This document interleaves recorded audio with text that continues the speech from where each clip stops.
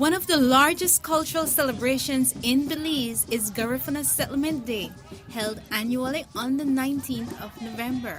The day commemorates the arrival of the largest group of Garinagu to Belize and starts with the reenactment of the historic journey Yurumein from St. Vincent to Roatan, Honduras, and then to the Belizean shores.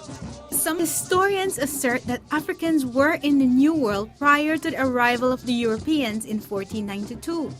The arrival of the Europeans brought the largest group of Africans as slaves to the New World. In 1635, a Spanish ship carrying enslaved Africans was wrecked off the coast of the Caribbean island of St. Vincent. Survivors escaped slavery and made their way to the island where they lived and settled in the community of Kalinago, among the indigenous Arawak and Carib Indians. This intermingling resulted in the emergence of a distinct cultural group known as the Garinagu.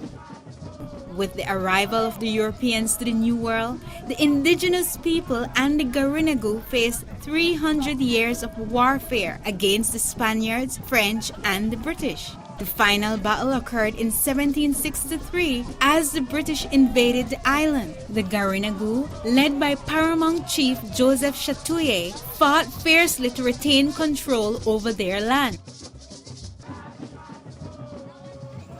Yurumein was our home, but we were driven away by the British or the white man. And that is the reason why we are here seeking haven. And at the same time, looking for people like ourselves to take us in.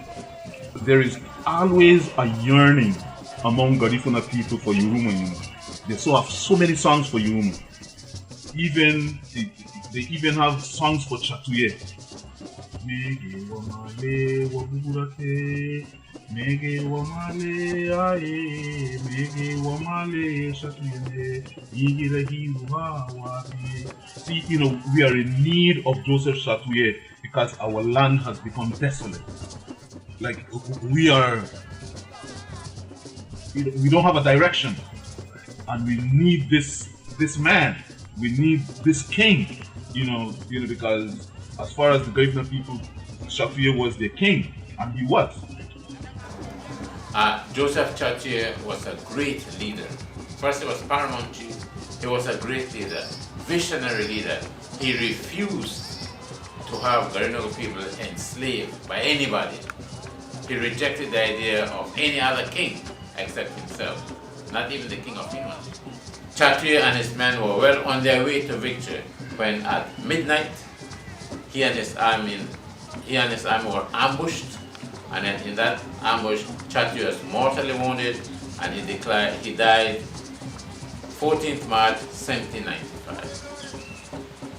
This was followed by the imprisonment of 5,080 Garinagu from St. Vincent to the nearby barren island of Balisao from July 1796 until March 11, 1797, during which time more than half of the population perished from disease and starvation. Those who survived were then exiled to the British island of Roatan, Honduras, with 222 persons lost en route. You have read the history of the Garifuna people, and you know the history. That reenactment, to me, goes beyond the 19th of November. It even goes to April the 12th, when Garifuna people were exiled from Yurumein March the 11th, 1797. And they spent 31 days on the Caribbean before they got to Roatan, with an 18-day stopover in Jamaica. So just think about that length of journey for an exiled people, a captured people, a hostage people. Think about what they went through. Shortly after being exiled on the island of Roatan, the Garinagu made their way to the mainland of Spanish Honduras and settled in Trujillo. There, their skills won them favor with the Spanish royalists. In 1823, 2 years after the independence of Central America, the Spanish royalists had failed in their attempts to take over Honduras, and the Garinagu found themselves on the wrong side of the political fence. In the aftermath, the Garinagu were hunted and massacred. Many were forced to flee to neighboring British Honduras. According to some accounts, the Garinagu started to trickle into Belize, then British Honduras, from as early as 1802. Within the next 2 decades, more Garinagu arrived, including the largest group in 1823, under the leadership of Alijo Beni. Upon settling in Belize, the Garinagu population grew and their cultural practices survive up to this day. Today, Garifuna Settlement Day commences in the early morning with Yurumein, commonly called reenactment, and portrays the story of the largest group of Garinagu seeking permission from British authorities to settle in present-day Belize. There was a meeting held in April of 1823 with Superintendent Card, and it was Alejo Beni, Alejo Lambe, Raimundo Lewis, and Raimundo Martinez. Met with Superintendent Card at the settlement at the mouth of the river, asking permission for Garinagu people to settle in Belize. Oi, Jesus, leader, you move tonight. What I hear and not. What I hear and not. Bandi ranking the Maya, one woman, me can't see very well to put the yard. All the name of bloody penny about. All the Hamay, Santi, Gurunelu, Agapta Gurunelu.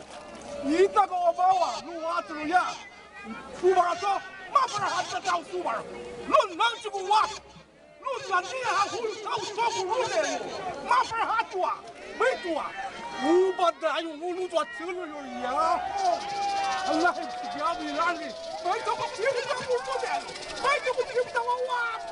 Well, it just so happens I've come from a meeting with the General Staff, and we think that we can send them south of this room. Although we have no rights over that land, we could open up that land. James, tell them they can land, they can go south of this room. Would you do that, please?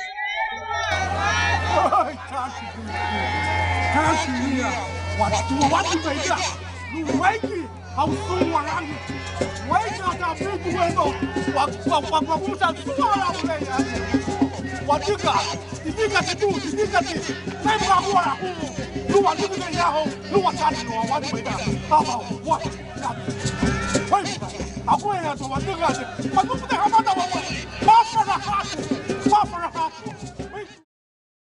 The reenactment is a cultural and symbolic portrayal of the various historical Garifuna figures such as Joseph Chatoye and Alijo Beni, as well as the harsh conditions faced during their journey. The reenactment is then followed by a procession led by the black, white, and yellow flag, which symbolizes the Garinagu's Amerindian and African heritage and their search for peace. Together, the actors, the community, and visitors make their way in this lively procession to the church for a Mass of Thanksgiving.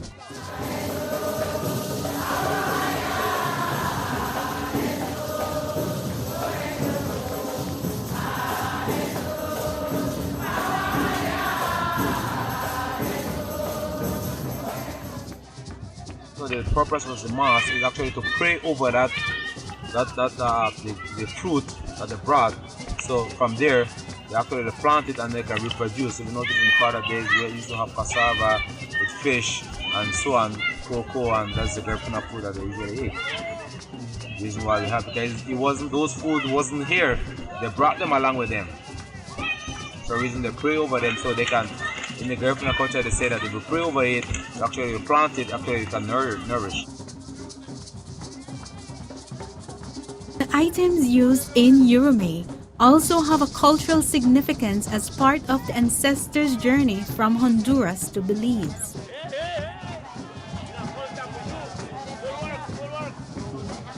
we dress up, which is, if you notice, people put because it was sunny, so there wasn't any canvas over the boat. So what they did, they used a straw hat, which is made out of probably grape leaf. As well, you can make them out of coconut leaf. Some people make them out of the palm trees.